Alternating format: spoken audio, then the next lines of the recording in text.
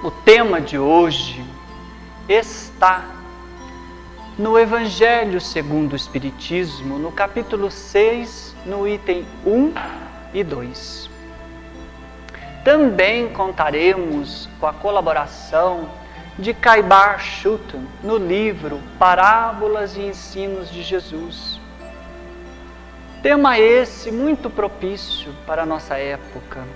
O Cristo Consolador, o jugo leve. O diálogo que o Senhor teve com a samaritana. Também podemos encontrar este tema no Evangelho segundo João, no capítulo 4, versículo 1 a 26. Queridos irmãos no ideal espírita, quando o Senhor esteve entre nós, digo, no corpo físico, porque o Senhor está sempre entre nós, em espírito, e nos envolve no seu amor incondicional de irmão e mestre. Ele transita entre nós, em nossos lares. O Senhor nunca nos abandonou. Algumas pessoas que chegam à casa espírita perguntam: por que a casa espírita não adota o crucifixo na entrada, nas fachadas? Porque para nós Jesus está vivo. Ele ressuscitou em espírito. Ele não está mais ali no crucifixo. Foi só um momento para nos ensinar algo. Muitos fatos se deram com o Senhor para nos ensinar algo. E hoje falaremos de alguns fatos para chegarmos à compreensão do texto. Havia na época do Senhor um profeta chamado João, que foi apelidado pela cristandade de João Batista, embora nem os teólogos e nem a teologia moderna tenha certeza realmente se ele batizou alguém com água. Mas sabemos com certeza que ele era o precursor do Cristo de Deus, do Messias, e que ele daria testemunho. E João era a voz que gritava no deserto de nossa alma, sequiosa por transformação. João vivia naquela localidade do Jordão. Mas por que o rio? Por que a água? É sabido de todos nós que muitos rios do Oriente são considerados sagrados, como é o caso do rio Gange, lá na Índia, onde os indianos fazem imersões, purificação, tomam banho, sepultam os cadáveres, fazem de tudo. Também na Europa, o rio Reno, entre os egípcios, o rio Nilo, e entre nós também, nas festas sagradas e santas, muitos vão a fazer oferendas e manjar nas praias, uns vão fazer banhos de descarrego nas cachoeiras, na água corrente. E o povo de Israel tinha também o seu rio sagrado, era o rio Jordão, porque ele corta Israel lá da Galileia, do mar da Galileia, e desce até o Mar Morto, o Mar Salgado.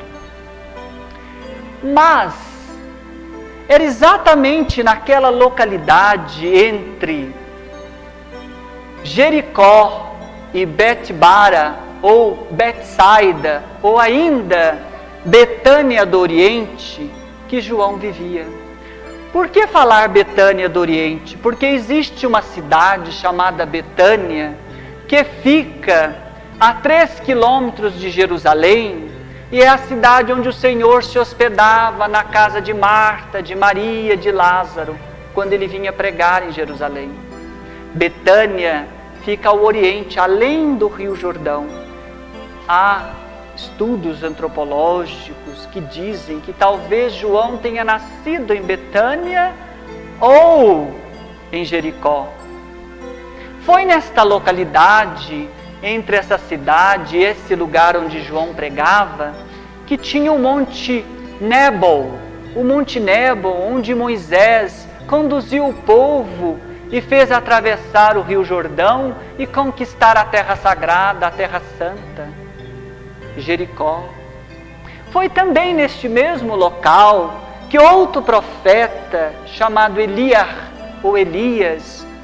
que fez as águas se separar, como fez Moisés no Mar Vermelho, abrir, e atravessou a seco e ascendeu aos céus.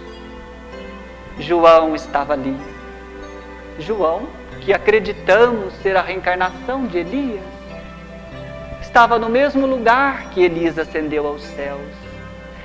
E João era um profeta muito veemente, e ele era proibido de entrar em Jerusalém, porque ele falava, não tinha papas na língua.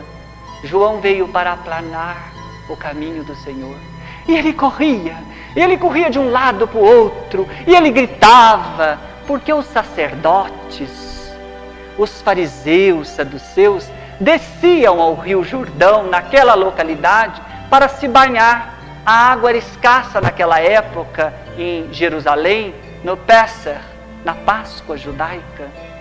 Então tomar banho em água corrente precisava se purificar, era um ritual, era uma imposição da lei. A lei era pesada, o jungo também, era preciso rituais externos para conquistar o céu. Era preciso fazer oferendas no templo sagrado que Salomão havia construído a sacrifício do povo. Porque Salomão, para construir o templo, ele colocou que todo o povo de Israel teria que pagar a 10ª parte de tudo que produzisse. E falou que foi em nome de Deus, o dízimo. Só que depois que passou a construção do templo, ele viu que era bom. E para manter o Fausto, continuou cobrando. Mas Mequias, amando do Senhor, o profeta, rasgou a sua veste em 12 pedaços. Pegou o servo samaritano do rei Salomão e disse, aqui está 10 pedaços, governa o povo de Israel.